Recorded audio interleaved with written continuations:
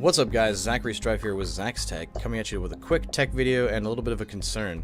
I'm sure you've all been aware of the new Vega 64 and Vega 56 coming out. Very strong competitor cards. The Vega 56 is actually beating the 1070, which in my books is amazing. And then you have the Vega 64, which is just slightly below the 1080, which is awesome. I wish I could review these products myself, but as a new YouTube channel, I'm not going to be able to have this opportunity. So I'm only going to be able to rely on other people's information until I can get my hands on products and, you know, being able to give you numbers myself. So what happened is RX Vega released at $499, and a lot of retailers were pricing it in a weird way, which a lot of people didn't understand, but a lot of the reviewers were saying $489. Now I'm going to show you something on my screen real quick. I'm on Newegg.com right now. This is like the biggest online PC retailer store ever. And you're looking at all these Vega cards. Okay, we're not going to pay attention to these two because these are the Frontier Edition, but we're looking at the Vega 64s. Obviously, they're all out of stock. The card just came out, so we'll just click on a couple of these and show you what I'm talking about here. The Gigabyte RX Vega 64 Silver, which is the limited edition, if I'm not mistaken. $599. Now, it comes with 2 games, which is great, but why is it not the $499 price that we were told? Well, it turns out that AMD was only rebating the first batch of cards to $499. And I quote from various articles I've been seeing, AMD to rise MSRP by up to $100 following initial sales. Vega 64 Air and Liquid Cooled Editions is now $599 and $699 respectively. Whoa, that's kind of a big difference. You're talking $100 difference, and my mind's blown right now because Vega 64 wasn't beating the 1080, the NVIDIA GTX 1080. It sucks more power, and it was not quite getting the performance of the 1080. Hey, look at this, guys. I can get a Gigabyte GeForce GTX 1080 right now for $509. I can get it for $90 cheaper for a more efficient, more powerful card.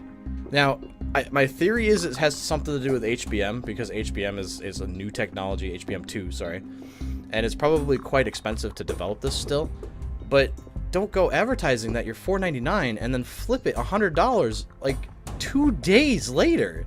What the heck are you doing, AMD? If you stayed at the $499 price, you were competitive to the 1080. And even then, I could still opt to get a 1080 for $10 more. I really want to see you do well, AMD. I do. I used to love you as a company. I bought AMD all the way up until the i7-3770 came out, because when I bought the AMD FX 8150, that thing was trash. So my problem is just that AMD needs to figure out what they're doing here, because they originally advertised as $499. Now it's $599, and your competitor cards are cheaper.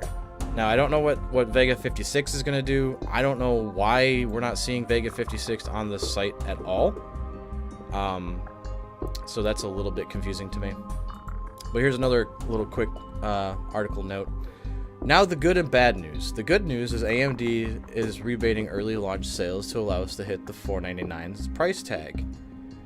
However, this is a launch-only price, which AMD at present are saying will be withdrawn in the near future. When it happens is unknown. 2 days. But remember, do not be shocked if the price jumps nearly $100 in a few days. What? What? You would think this is kind of important information to give your reviewers so they don't look like freaking idiots when they're reviewing your product, doing price to performance. If your price is going to jump $100, all of a sudden you're not the price to performance king. That's it. This all blows my mind, and as a person trying to get into reviews, this scares me, because a lot of these people, they get early access to the cards a few days, and then they do all their benchmarks and all the stuff and get their final thoughts.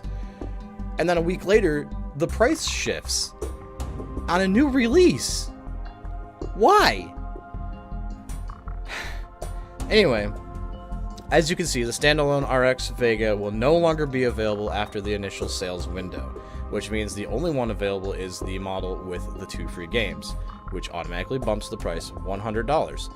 I mean, okay, don't get me wrong. If you want those games, that's probably still a deal for you. But I have those games. I don't want to pay $100 more.